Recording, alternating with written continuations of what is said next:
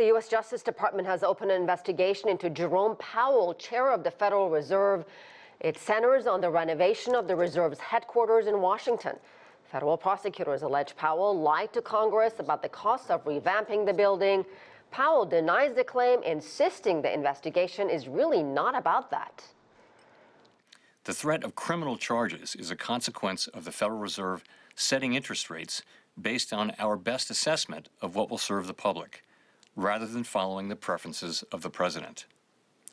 This is about whether the Fed will be able to continue to set interest rates based on evidence and economic conditions, or whether instead monetary policy will be directed by political pressure or intimidation.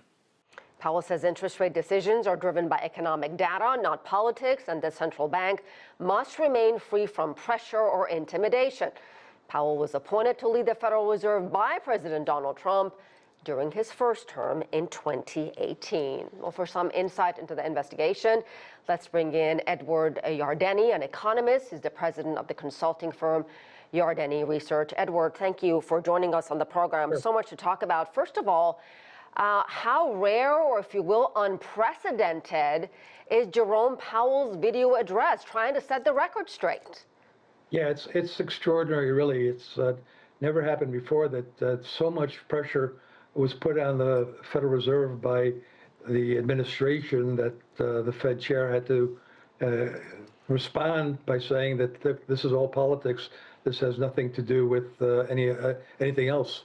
So is Jerome Powell right? Is this a serious threat to the central bank's independence? Well, it is a very serious threat to the Fed's independence, but the reality is the Fed may actually become more independent as a result of this. For one thing, it may be very hard now for Trump to get in his preferred Fed chair pick to replace Jerome Powell, because the Senate may be a lot less accommodating now that this has all happened. The other thing is that whoever does come in is going to be what I would call Trump dependent. It'll be already sort of viewed as a political Fed chair, and I think the other members of the Federal Open Market Committee are likely to be even more independent, more vocal, and more likely to disagree with the Fed chair. I mean, we could have a situation where, for example, Stephen Moran right now is one of the voters at the Federal Open Market Committee.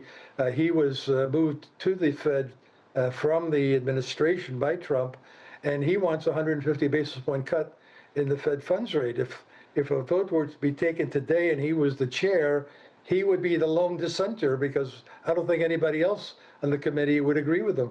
You mentioned division in Congress as well. Even Republican Senator Tom Tillis is angry about what he's seen.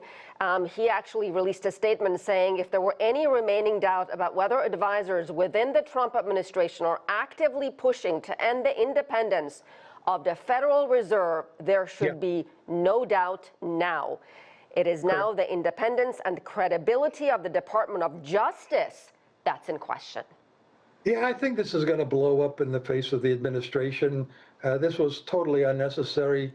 Fed Chair Powell will be gone in May, and nothing would change even if Trump were to replace him today.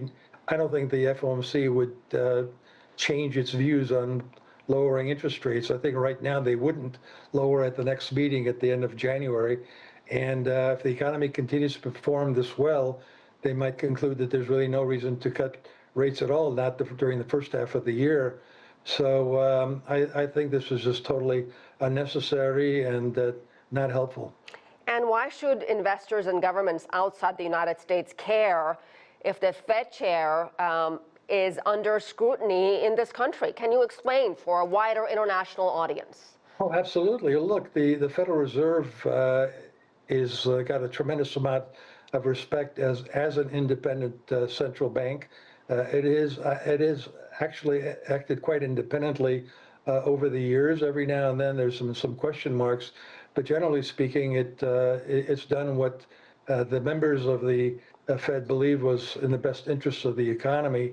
And if foreigners start to perceive that the central bank is going to be under the control of politicians in the administration, then we're going to lose our credibility in terms of having a monetary policy that is intent on keeping inflation down, which then could also destabilize the dollar. As it is, the gold market, the precious metals markets are already demonstrating quite clearly that there's a lot of loss of confidence in our central bank.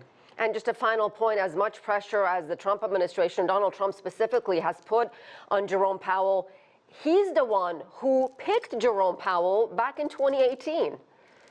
Yeah, well, he obviously regrets that, and Steven Mnuchin, his Treasury Secretary back then, is the one who recommended Powell. I think Powell was a good pick. I think Powell's had done a great job in a very difficult environment. During the pandemic, for example, I think he did what was necessary to do. I think he was a few months late in recognizing we had an inflation problem, but he responded very quickly to that. So I personally think Trump is wrong about Powell. I think Powell has done a good job, but Trump isn't really so much interested in Powell as he is in bringing interest rates down significantly. He's talked about 1%, and that would be very destabilizing for the economy and the financial markets to have all that liquidity pouring into the economy, an economy that's already demonstrating a lot of strength. A lot of that liquidity would increase financial instability by creating a melt-up in the stock market. All right, we'll have to leave it there. Edward Yardeni, thank you so much.